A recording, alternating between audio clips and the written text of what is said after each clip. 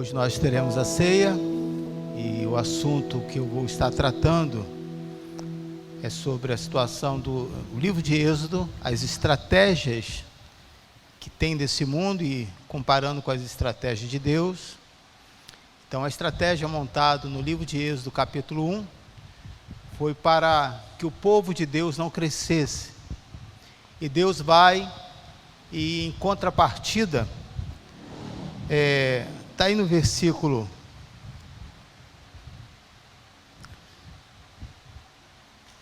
7, Êxodo 1, por favor, você pode abrir a sua Bíblia ou pode acompanhar, por favor. Deus vai usar essa estratégia, no versículo 7.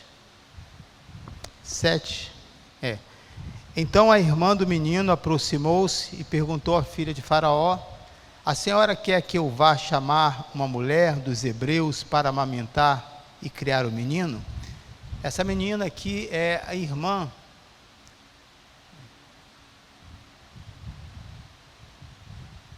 Acho que não é o mesmo versículo que eu estou lendo, não.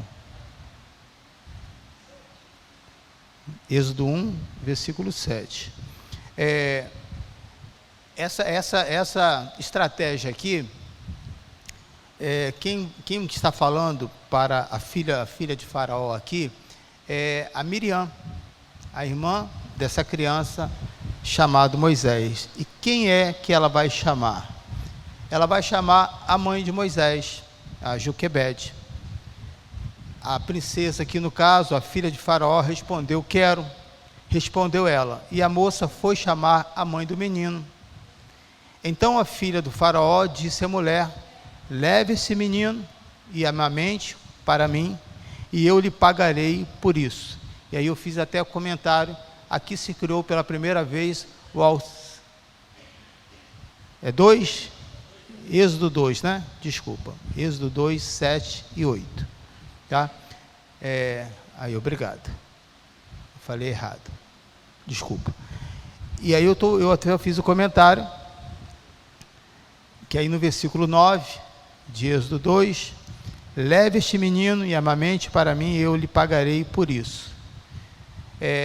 O comentário que eu falei hoje pela manhã foi justamente esse, né? Que aqui se criou pela primeira vez o auxílio maternidade, né? Porque quem recebeu foi a mãe de Moisés. Então olha que interessante, a mulher levou o menino e o amamentou. Aquela que era perseguida, que tinha em risco a sua vida, Deus vai dar uma estratégia para essa mãe, para que quem a estivesse perseguindo, viesse sustentar, proteger, né, o próprio filho de uma pessoa hebreu ao qual ele estava assim perseguindo, com a preocupação de que o povo não crescesse. E esse menino depois vai ser criado aonde? Na casa de Faraó, comendo do bom e melhor, tendo o título, né, nobre, e ali vai se fortalecendo, ao mesmo tempo vendo a situação do povo, do seu povo, e dentro da casa de Faraó vai se levantar, né, aquele que vai libertar o povo de Deus. Ou seja, Faraó passou a dormir com o inimigo, né, e sustentando. Então o que nós podemos perceber nisso? O mundo tem as suas estratégias, e elas não vão deixar de existir, mas o nosso Deus continua vivo. Você continua crendo nisso? Amém? Você está comigo? Pode dar um glória a Deus? Ele existe. Então, ao invés de você ficar vendo as estratégias que o mundo cria, né, e são muitas, cada vez pior, veja o que Deus está fazendo. A minha opção sempre é a segunda, de ver as estratégias de Deus. Êxodo capítulo 1, versículo 16, vai ter aqui um ponto em que essas mães, que essas duas mulheres, Sifrá e Puá, elas reagem de uma maneira em que, para alguns, né, deixa eu ver se está aí 1:16.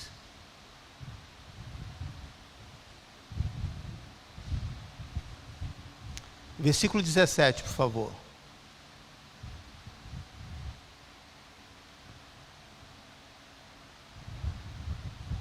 Isso, esse versículo aí.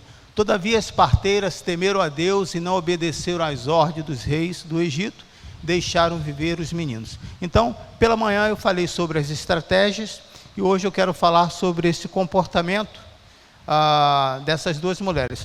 Alguns debatem muito dizendo que elas desobedeceram, está aí dizendo, né?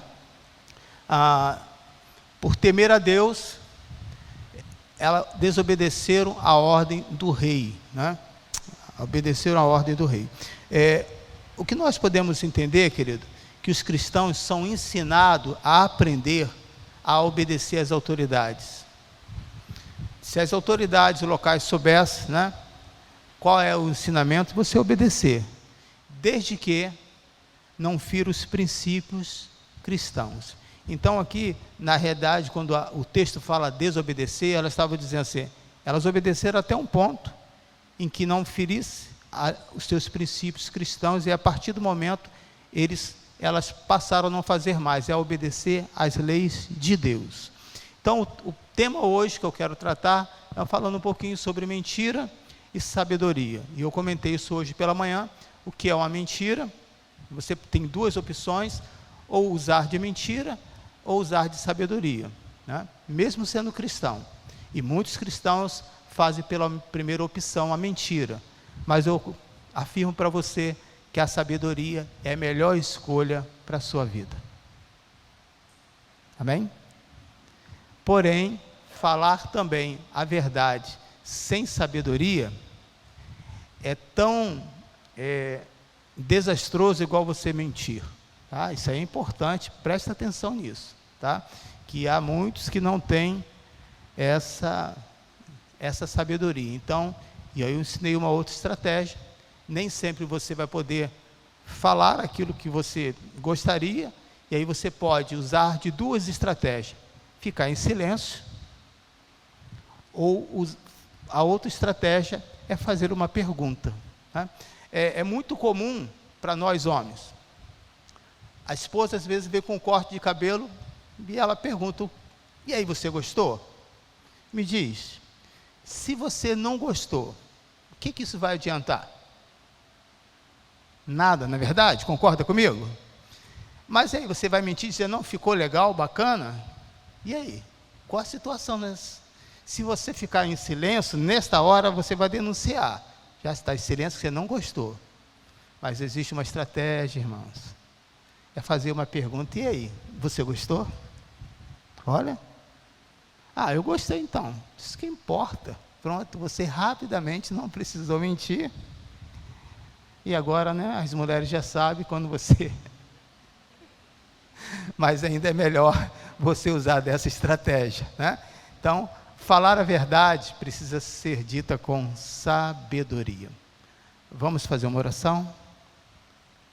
Pai, eu quero te agradecer por esse momento que vamos participar da ceia, e o motivo pelo qual, durante todo esse mês, vamos estar tratando desse assunto, trazendo foco sobre família, sobre o sistema que esse mundo tem brigado tanto para destruir as famílias, não em si as famílias, porque eles não têm problema com famílias, criam o sistema que eles hoje dizem ser família, mas a questão deles são maiores, é uma briga com Deus, pessoas revoltadas, que não acreditam em Deus e tentam se levantar contra Ele, mas como nós estamos vendo aqui, ninguém pode resistir o braço forte do Senhor. Se você crê nisso, pode dar um glória a Deus.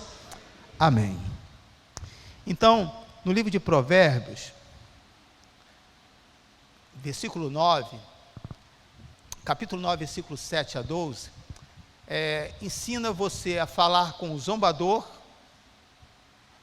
falar com o sábio e falar com o justo. Olha esse texto. Quem corrige o zombador, a minha versão aqui é NVI, tá? Traz sobre si insulto. Quem repreende o ímpio, mancha o próprio nome. Ou seja, não debata com essas pessoas, não perca o seu tempo, porque são pessoas zombadores, são pessoas escarnecedores. É isso que o texto está dizendo. Versículo 8: não repreenda o zombador, caso contrário, ele o odiará. Mas o texto vai mais além.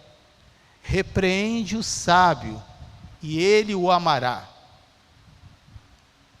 Instrua o homem sábio, e ele será ainda mais sábio. Ensina o homem justo, e ele aumentará o seu saber. O temor do Senhor, o princípio da sabedoria, e o conhecimento do santo é entendimento. Pois, por meu intermédio, os seus dias serão multiplicados, e o tempo da sua vida se prolongará. Se você for sábio, o benefício será seu. Se for zombador, sofrerá as consequências. Então, o que nós podemos ver aqui nesse texto, que a Bíblia vai dizer que foi este temor dessas duas mulheres, Sifrá e Puá, que elas conseguiram, de uma maneira sábia, né, não obedecer aquela ordem que ia contra os seus princípios éticos, morais, porque elas estavam ali para ajudar as pessoas a ter vida e não produzir a morte. Elas não se justificaram dizendo: recebi uma ordem, o que eu posso fazer? Mas elas se levantaram contra todo esse sistema. E quando a Bíblia deixa esse texto, a Bíblia vai nos ensinar o seguinte, que até os dias de hoje é possível. É possível que alguns cristãos se curvem e dizem: diante de que eu posso fazer? Mas a minha instrução para você nessa noite é que você seja como essa mulher, Joquebede, como Miriam, como Sifrá e Puá, essas duas parteiras, que não se curvaram diante do sistema do mundo. E você sabia que é possível fazer isso? Pai e mãe, a sua oração fará toda a diferença. Então, um outro ponto, né, que é polêmico, e isso é em vários livros, que fala sobre que essas mulheres mentiram. Por isso que eu estou falando mentira ou verdade. E eu acredito que nada justifica a mentira. Existe uma frase que as pessoas dizem assim, né? Esse mal é necessário. Você já ouviu essa frase? É um mal necessário? Eu fiz isso, mas é o quê? É mal, mas é necessário. É um mal que é bom. Entende? Você consegue entender isso? Eu não consigo entender nada disso. Eu entendo que é uma justificativa para cometer um erro. Então eu quero apresentar a minha interpretação a respeito desta atitude, que alguns dizem que Sifrá e Puá, elas mentiram para o rei. A minha interpretação é de uma outra maneira, é a minha interpretação, tá? A minha interpretação é que elas fizeram o que o rei Faraó pediu. Versículo 16. Quando vocês ajudarem as hebreias, Êxodo 1, versículo 16. Quando vocês ajudarem as hebreias a dar à luz, verifique se é menino. Né? Então ele está dando uma ordem para ela. Se for, faça o quê? Mate. Não sei se eu estou falando a palavra certa, infeminicídio, a morte, infanticídio, obrigado, né? Então a gente vê aqui que esse infanticídio é coisa antiga, irmãos. Tudo que você está vendo hoje aí, não fica assustado não estou dizendo que é bom, sempre existiu. Por isso que a Bíblia ela é tão original, é tão verdadeira, ela mostra tudo. Então esse infanticídio sempre existiu e ainda existe nos dias atuais. Mate-no. Só que hoje tem acontecido com a autorização dos próprios pais, e você já está entendendo o que eu estou falando, né? Sobre a questão do aborto. Se for menina, deixe-na viver. Então vamos lá. Se havia aí 2 milhões de povo que estava ali aprisionado, né? ali no assim, Egito, uma porcentagem aí, 1.200.000 eram mulheres. Vamos lá colocar 600.000 mulheres a 800 que estavam grávidas, porque o texto vai dizer isso. Quanto mais o povo era oprimido, mais eles, aconteceu o quê? Se multiplicavam. Como é que isso acontecia, irmãos? O homem chegava cansado, morto, não estou aguentando mais. A mulher chegava e falava: meu filho, eu vou te dar uma força nessa noite, vou te dar uma moral. E aí aquele homem estava cansado, ficava tão alegrinho, e nessa ia se engravidando, multiplicando, e isso era normal para aquela época. Lembrando que não tinham os métodos que nós temos hoje, né? Então, essa era a situação, né? Então, o que nós podemos ver aqui nesse texto é que, diante de uma situação como essa, essas duas líderes, de todas as parteiras, por mais que elas tivessem um bom sistema, não conseguiria dar suporte a todos, né? O SUS que nós temos consegue dar o suporte a toda a população que nós temos? O hospital estadual, o hospital federal, o hospital municipal, a UPA, consegue, irmãos? O que vocês acham? Você chega lá, você faz tudo, espera, agora não tem, está quebrado, você vai para o sistema público, para o sistema particular, né? Nem tudo é autorizado, porque não tem verba, não consegue dar vazão para todos. Imagina diante dessa situação. Então aqui nós podemos ver que, de fato, esse comentário delas eram assim, em parte verdadeiro, né? Não conseguia dar assistência a todos, e muitos nasciam por parto natural, sem ter ninguém. E hoje pela manhã eu fiz essa pergunta: quantos estavam aqui hoje pela manhã? Ok, né? Então aqueles que estão chegando aqui agora à noite, eu fiz essa pergunta: quantos nasceram por parto de cesárea? Quero fazer essa pergunta agora: quantos aqui nasceram por parto de cesárea ou cesariana? Ok, vamos lá. Parto natural, dentro do próprio assim, hospital, e esperou dar o tempo, dar a hora, o momento. Quanto tem aqui? Tem um bom grupo, né? E aí? Sem ser o Maico, cadê o Maico? O Maico não está aqui, não. O Maico está aí. Sem ser o Maico, né? Nasceu sem ter parteira, sem ter nada. Estava lá, a mãe espirrou, nasceu. Tem alguém? É raro, na verdade. E tem aqueles que nasceram por parteira, que não foi no médico. Tem alguém aqui? Eu sou uma dessas pessoas. Tem aqui 2, né? 3, né? Então, olha só como é que é a situação. Esse fato aqui era um fato muito comum. Um outro ponto que eu quero mostrar, que além delas não poderem dar conta, com certeza essas mulheres, por temerem a Deus, montaram uma estratégia. É óbvio. Reuniu as líderes das comunidades que ali tinham e disse: olha, nós não podemos fazer isso, mas também não podemos desobedecer a ordem de Deus, e não podemos desobedecer a ordem de Faraó. Mentira ou usar de sabedoria? Então vamos lá.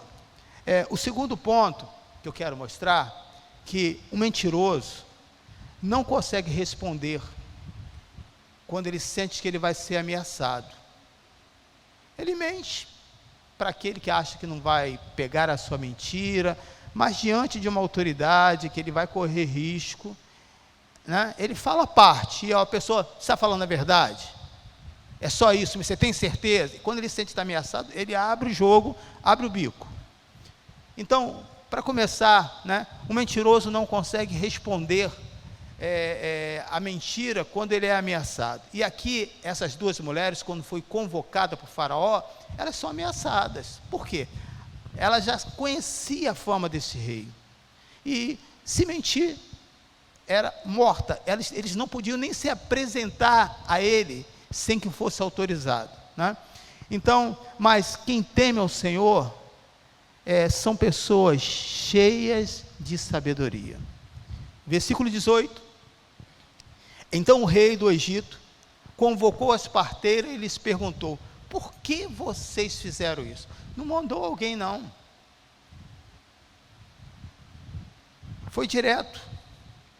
Por que vocês deixaram viver o menino? Então, um outro ponto também que nós podemos falar sobre a pessoa que mente, a pessoa sem noção, quem não teme nada, mente até para o rei. Também existe essa outra hipótese. Mas quem teme ao Senhor sabe que não pode mentir, e mesmo assim alguns mentem, mas sabe, o Espírito Santo vai dizer na sua mente, no seu coração: olha, você aprontou, você pisou na bola, isso que você fez não foi legal. Por isso que aqui no momento da ceia, nós temos um momento de esse autoexame, porque pela legalidade de perfeição, ninguém pode participar da ceia. Você concorda comigo? Ninguém. Então, que autoexame é esse? É dizer, se você é um condenado, você é um mentiroso, você não vale nada, nada disso. É dizer: Senhor, perdoa pelas minhas falhas, perdoa pelas minhas limitações, mas eu preciso estar em comunhão contigo. Quantos querem fazer essa oração comigo nessa noite para participar da ceia? Amém? Pastor, que pergunta é essa? Porque tem pessoas que não participam, porque não querem abrir mão do pecado, prefere viver na mentira, prefere ficar se condenando, não se perdoa, né? Então, Deus encheu essas mulheres de sabedoria. Para mim, essa atitude que essas mulheres tiveram foram de sabedoria. Qual deveria ser a resposta quando o rei perguntou para essas mulheres: o que vocês fizeram? Qual a resposta limpa, clara? Deveria ser: nós não podemos fazer isso porque tememos a Deus. Vai contra os nossos princípios. Nós somos hebreus e servimos a um único Deus e sabemos que isso é errado. Essa deveria ser a resposta. O faraó iria entender alguma coisa? De maneira nenhuma. Mas, veja, irmãos, você não precisa, diante de uma situação que o mundo tem, falar a verdade sem sabedoria. Às vezes as pessoas fazem isso, sabe? Eu quero que você trabalhe hoje. A pessoa: não vou não, porque hoje eu vou para a igreja. O que aquele ímpio quer saber que você vai para a igreja? É uma verdade sem sabedoria. Hoje eu não posso. Eu tenho vários grupos que me chamam para fazer competição aos domingos. Eu não falo que sou crente, nem que eu sou pastor. Se eu falo que sou pastor, eu sou excluído. Mas eu estou ali infiltrado. Milson, vamos lá domingo, cara, essa competição dá para você? Eu falei: não posso. Mas por que você não pode? Rapaz, eu tenho um compromisso com a minha família de domingo. Domingo é o melhor dia para você estar com a sua família, você sabia? Aí a pessoa fica com aquilo na cabeça. Mas vai lá, que Deus te abençoe. Então, a resposta que essas mulheres deveriam dar é essa: nós não vamos fazer isso porque nós tememos a Deus. Era para dar de imediato. Mas veja a sutileza, o sarcasmo, a ironia nessas palavras. Êxodo versículo 1, 19. Olha como é que Deus usa a estratégia de maneira tão linda quando encontra alguém com essa autoridade, que o rei nem percebeu que elas estavam tirando onda, desculpa o termo, com a cara dele. Olha só que mulheres poderosas essas. Responderam as parteiras a Faraó: as mulheres hebreias não são como as egípcias. Olha que situação. Como assim? O que você está querendo dizer? Elas são cheias de vigor e dão à luz antes de chegarem às parteiras. Olha que palavra sábia. Não mentiram, porque isso de fato acontecia em muitas. O que elas estavam dizendo para o rei? As egípcias são tudo fraquinhas. Precisa de ter alguém? Não, as nossas não. As hebreias são cheias de vigor. Eu acredito, irmãos, e falo isso quando eu vou fazer os exames médicos. É mesmo que você veio aqui. Olha o meu histórico, meus hemogramas, que a cada 2, 3 meses eu sempre preciso fazer. E diz, olha, suas taxas estão boas. Eu diz, eu sei. Nunca usei droga, não bebo, não fumo. E tenho um compromisso com meu Deus. E as pessoas ficam olhando, não dizem nada. Mas é a oportunidade, neste caso, eu falo de uma maneira aberta. O que eu estou querendo dizer com isso? Que um cristão, querido, ele sai na frente. Nós, aqueles que tememos a Deus, não somos menos incapazes. Aqueles que temem a Deus são pessoas cheias de vigor. Qual é o profissional que quer contratar alguém que já começa trabalhando e pedindo atestado médico? Me diz aí, o que você faz? Não, cara, vou ser solidário a você, vou continuar pagando, vou fazer o seu trabalho. O que você faz? É mandado? Embora. Mas um cristão autêntico, não estou falando cristão meia boca não, porque o cristão meia boca é pior do que o ímpio. Ele envergonha Deus. O que é um cristão meia boca? Ele só trabalha quando o chefe está por perto. Será que isso existe? Sim ou não? Mas um cristão autêntico, querido, ele trabalha quando o chefe está presente ou não. Ele não faz as tarefas que o chefe manda, que a sua empresa sempre faz a mais. Ele não é uma pessoa que está sempre adoecida, porque ele não vive nas noitadas, ele não usa droga. E acima de tudo, ele teme ao Senhor. Então nós, querido, diante dessa sociedade, quando você for pedir um emprego, alguma coisa, chega com essa autoridade, como essas duas mulheres aqui. Olha, está aqui diante dessa empresa, alguém que vai ser um excelente funcionário. Mas como assim? Por que você está dizendo isso? Não precisa dizer que você é crente não, porque eles não vão entender. Eu tenho boa disposição, eu sei receber ordens, sei cumpri-las, e estou aqui para fazer o melhor para essa empresa. Gente, vê se isso não deixa qualquer um impressionado, sim ou não? Por quê? Porque você está cheio de vigor, você não está drogado, você não está cheio de mentira, mas você está cheio da graça do Senhor. Você pode dar um glória a Deus se você é um cristão autêntico? Glória a Deus. Vamos lá, olha aí, Salmo 92, versículo 12 a 15, conta a história de um verdadeiro cristão. Os justos, os cristãos, florescerão como a palmeira, e crescerão como o cedro no Líbano, plantados na casa do Senhor. Não o cristão fora, não o cristão que diz, não, eu estou afastado da igreja, mas estou afastado de Deus. Como assim? Que história é essa? Não, nós não estamos separados, eu só não vou em casa e não vejo meus filhos. Que história é essa? Que situação é essa? Eu não tenho, eu dirijo bem, só não tenho a carteira de habilitação. Está tudo errado. Uma coisa tem que combinar com a outra. Sim ou não? Então, olha só, plantados aonde? No Maracanã? Aos domingos? Plantado aonde, irmãos? Na casa do Senhor. Florescerão nos atos do nosso Deus.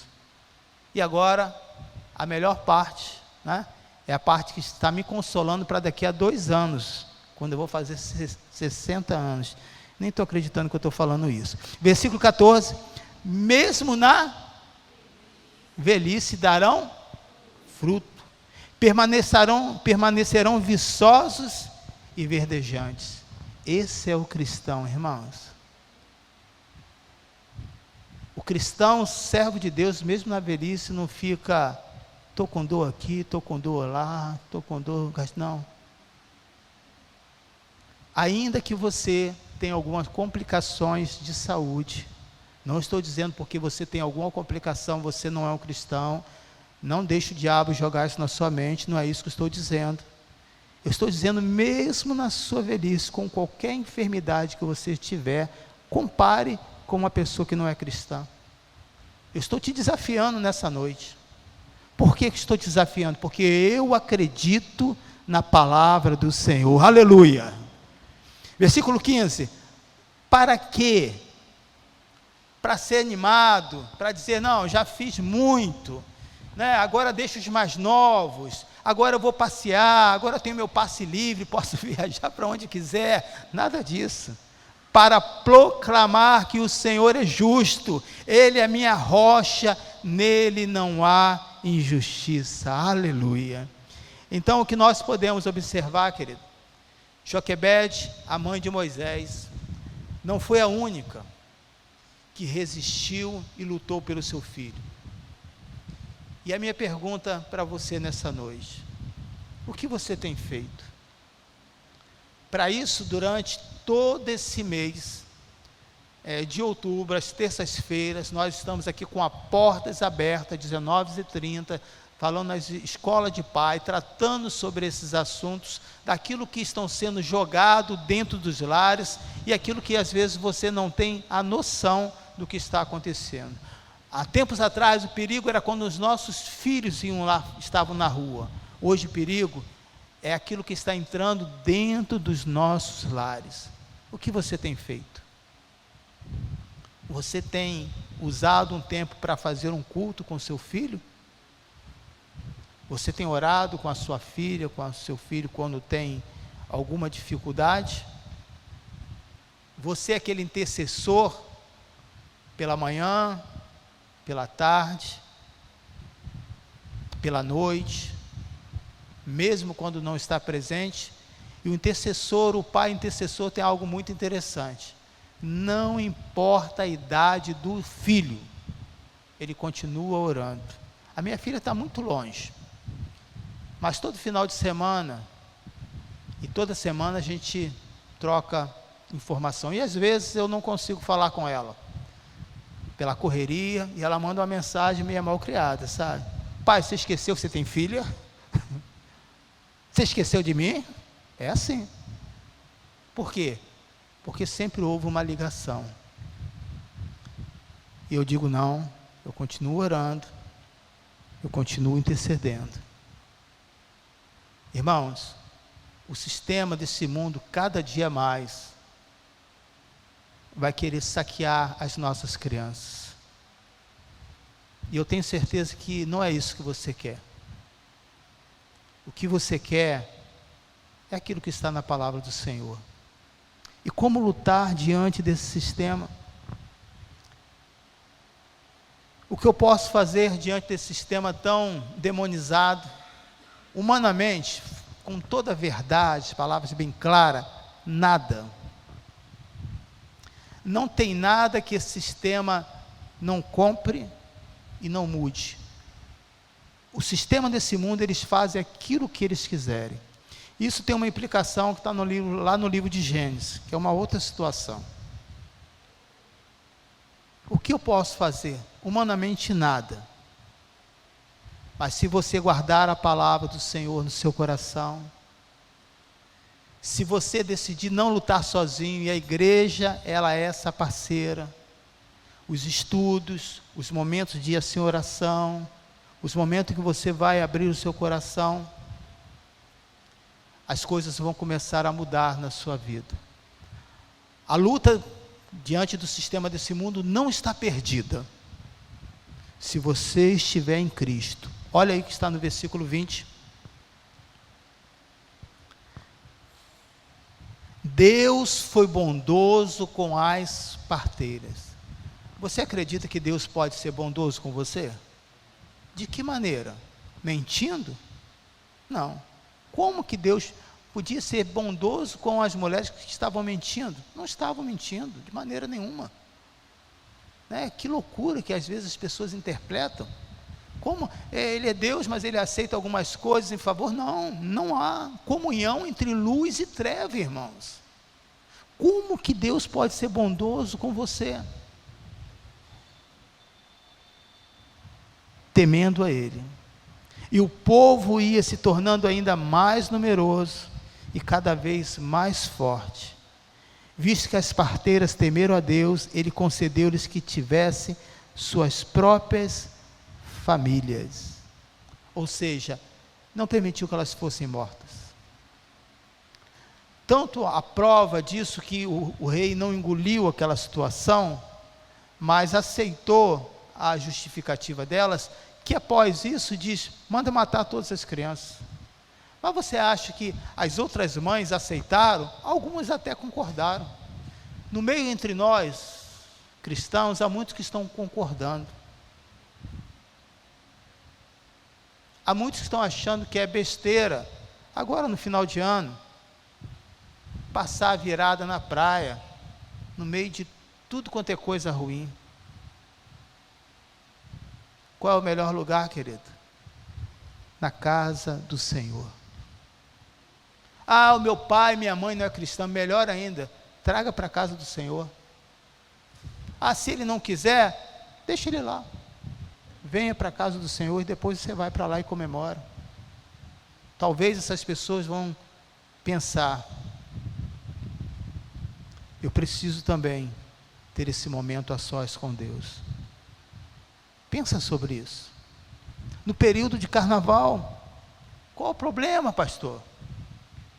Vamos evangelizar no carnaval. Se Deus te chamou para isso, chamou aquela igreja, eu não condeno esse trabalho, nenhum trabalho evangelístico, desde que tenha sido Deus que tenha chamado. E eu conheço bons trabalhos, não somente aqui no Rio, como lá fora, em outros estados, em que Deus tem resgatado várias pessoas. Eu sou esse exemplo, que Deus me convocou no período que eu estava pulando o carnaval. E não foi um cristão, foi um ímpio, só para você ter uma noção. O que nós temos que fazer? Nós temos que ser essa pessoa, querido, que teme a Deus. E é na casa dele, que você vai florescer, não é aí fora. Você não vai conseguir manter a sua fé aí fora. Há uma estatística, e eu fico assim, muito preocupado com esses líderes, né, que deveriam ser profetas, não de mentira, mas não profeta de calamidade. As pessoas só pegam as coisas ruins. Quando vai para a faculdade, a maioria do cristão se desvia. Então, melhora sua mensagem, vai orar, vai jejuar mais. O meu exemplo, vou dar o meu exemplo da minha casa. Na minha casa, a minha filha foi para uma faculdade federal, e é mais pesado que uma faculdade particular. Ela não se desviou. Será que tem entre nós aqui algum filho, alguma filha que terminou a sua faculdade e continua na casa do Senhor? Aí, olha só. Sabe, irmãos, o que nós temos assim percebido, que quando você teme a Deus, talvez você não vai ter a liberdade de falar naquele local. É possível. Eles não querem te ouvir. Mas ali vai estar uma pessoa como Moisés, dentro de meio daquela orgia, daquela coisa braba, não por opção, e ali estava enfraquecendo todo o sistema desse mundo. Você, meu querido, tem que abordar os assuntos que estão acontecendo hoje com seus filhos, que é diferente do tempo que você viveu, precisa estar atualizado. Para isso a gente tem um trabalho jovem, para isso a gente tem um trabalho com as nossas crianças, e não ficamos falando simplesmente de um fato que aconteceu há 2000 anos atrás ou mais, pegando esses fatos, mas trazendo para os dias atuais. Eu fecho, para a gente participar da ceia, 1 Coríntios, capítulo 1, versículo 24 a 31.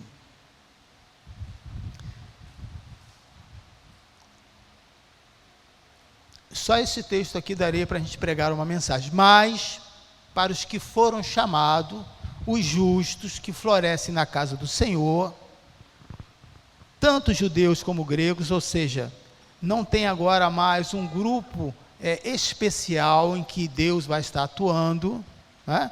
Todos aqueles que quiserem, que aceitarem. Cristo é o poder de Deus e a sabedoria de Deus. Porque a loucura de Deus é mais sábia do que a sabedoria humana. E a fraqueza de Deus é mais forte do que a força do homem. Aqui é uma linguagem poética, né? Paulo está dando aqui, Deus não é fraco. Irmãos, pense no que vocês eram quando foram chamados. Vamos lá agora. Como que você era antes de você ser chamado para o Senhor? Eu era uma pessoa extremamente pessimista. Muita coisa.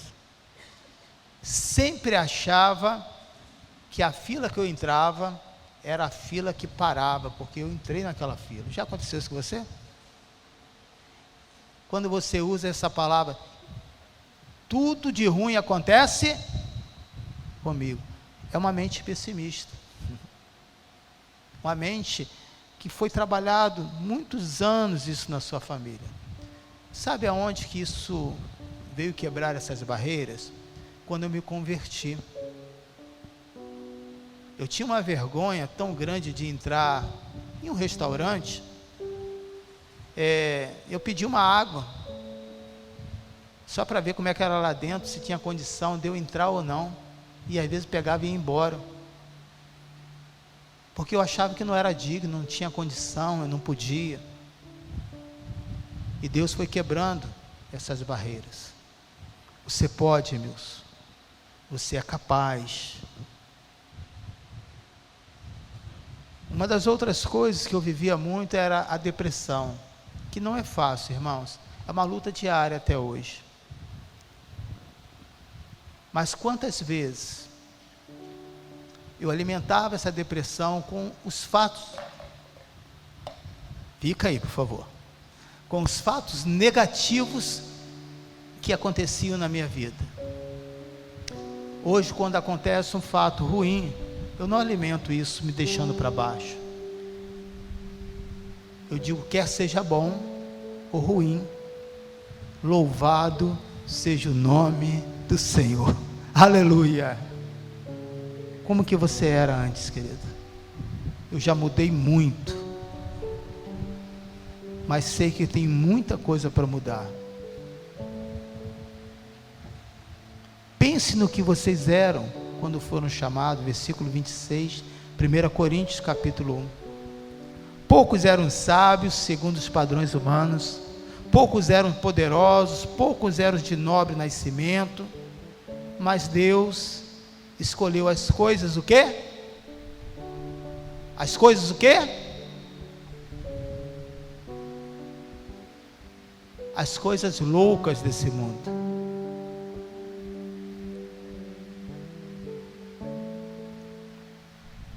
Para envergonhar os sábios. Escolheu as coisas fracas do mundo para envergonhar as fortes.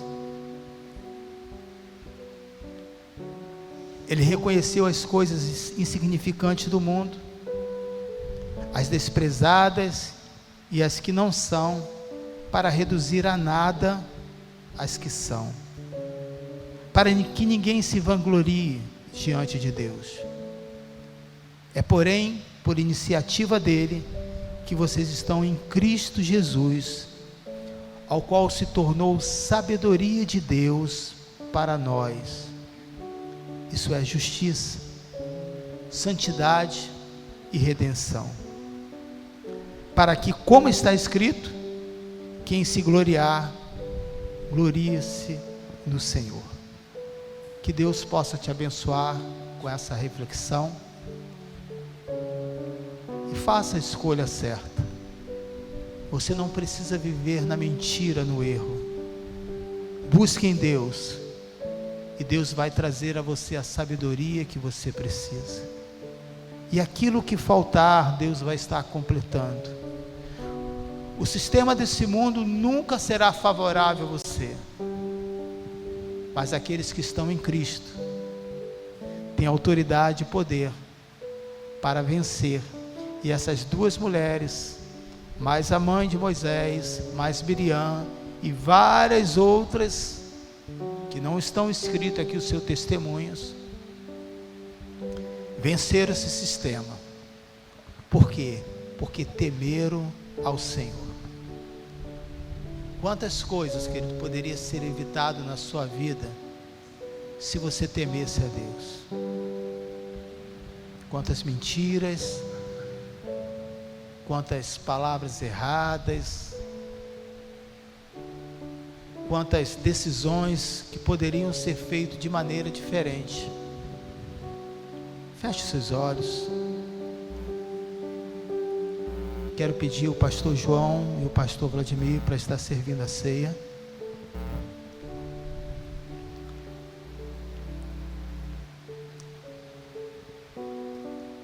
Quero agradecer, Senhor, por esse momento. Quero agradecer pela tua presença. Quero agradecer pela tua fidelidade. Quero agradecer pela essa palavra, essa reflexão aqui nessa noite. Quero agradecer, Senhor, por esses exemplos, porque nós vivemos esses dias. Tantas coisas têm se levantado, Senhor, mas também há tantas igrejas que se desviaram da tua palavra, que nós nos sentimos mais vergonha dos péssimos testemunhos de várias igrejas que se dizem cristãs do que até o ímpio, porque essa é a natureza deles. Mas aqueles que estão em Cristo, esses que estão em Cristo, é por direito,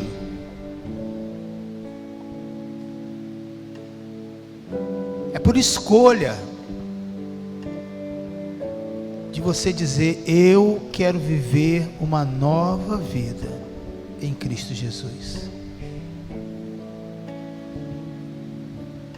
Que esse momento da ceia, querido, não é o momento para você deixar passar esses elementos, a não ser que você queira viver na mentira. O momento da ceia é para que você se envergonhe das suas fraquezas, mas também é um momento de arrependimento. Mas também, se você não consegue se perdoar, como que você acha que você vai receber o perdão de Deus? Não vai.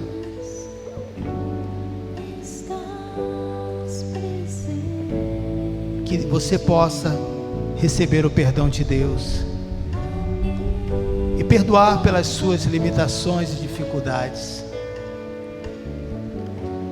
e que você possa buscar no Senhor a sabedoria que você precisa. Declare esse louvor comigo. Eu sei, me amas, prostro-me diante da cruz, vejo o sangue de Jesus, nunca houve amor assim. Sobre a morte já venceu, sua glória o céu encheu, nada vai me separar. Nada pode nos separar, querido. Nada pode nos separar.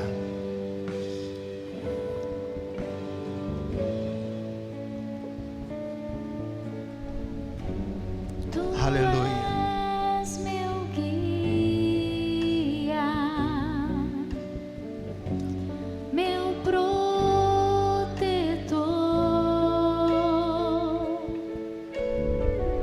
tua mão me firma, eu sei, me amas, eu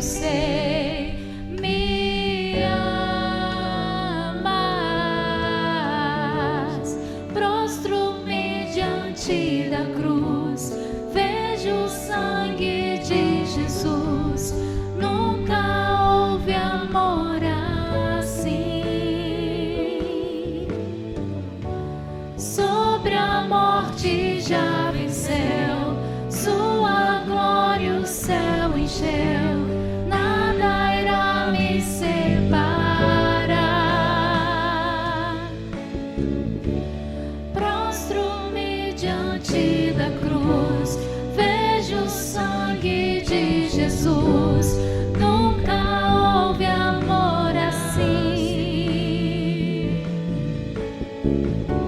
Sobre a morte já venceu, sua glória o céu encheu. Cante esse louvor, querido. Separa, o véu rasgou, o caminho abriu, tudo consumado está. O véu rasgou, O caminho abriu, tudo consumado está.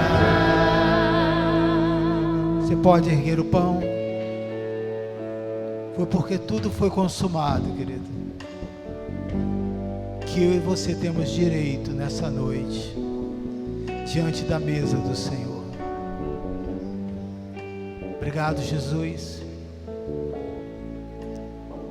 porque fomos convidados para esta festa, sem ter esse direito. Não tivemos mérito nenhum, nem éramos teu melhor amigo, mas o Senhor nos chamou. O teu Espírito nos convenceu, aleluia. E hoje eu posso participar da ceia do Senhor. Me ajude, Senhor, a vencer as limitações, as barreiras, mas também eu não aceito, Senhor, viver a lei deste mundo.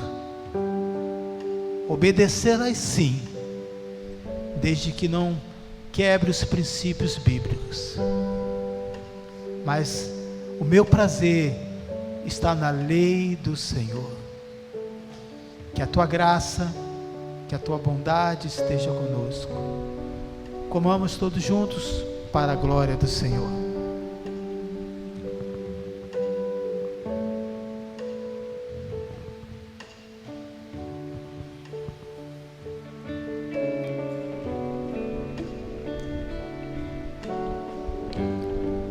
Esses simples atos tão rápido, querido, não foi assim com Cristo. Ele passou um bom tempo nesse sofrimento, por amor a nós. Ele passou um bom tempo nesse sofrimento, e eu posso dizer, Senhor, por mim, não foi em vão esse sacrifício. Será que você pode dizer isso por você, querido? Não foi em vão esse sacrifício, Senhor. Eu peço que a tua graça seja derramada sobre cada um de nós, e aqueles que ainda se tornam prisioneiros desse mundo, que você seja liberto nessa noite, e que nada possa trazer mais alegria aí fora. Não é que você está doente, não, é porque Deus está te chamando para a tua casa. Aleluia! Assim como o sangue foi derramado na cruz em perdão dos nossos pecados, nós levantamos esse cálice que simboliza o perdão dos nossos pecados, que foram perdoados quando Ele deu a sua vida por amor a nós. Bebamos todos para a glória do Senhor.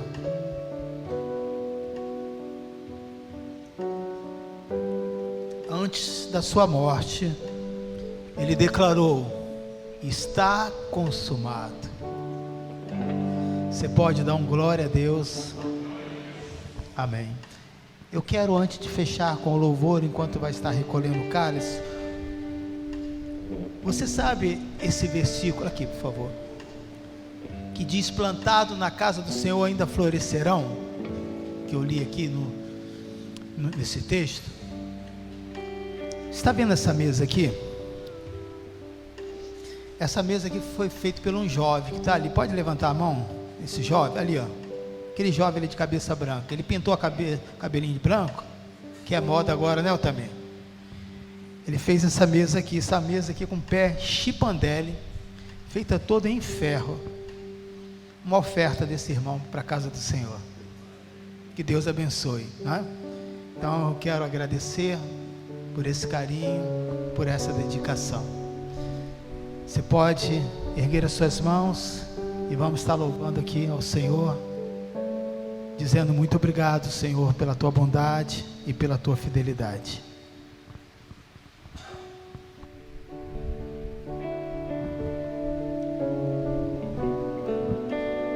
Aleluia. Levante as suas mãos e adore, aplauda ao Rei dos Reis, tudo que Ele fez por você no Calvário.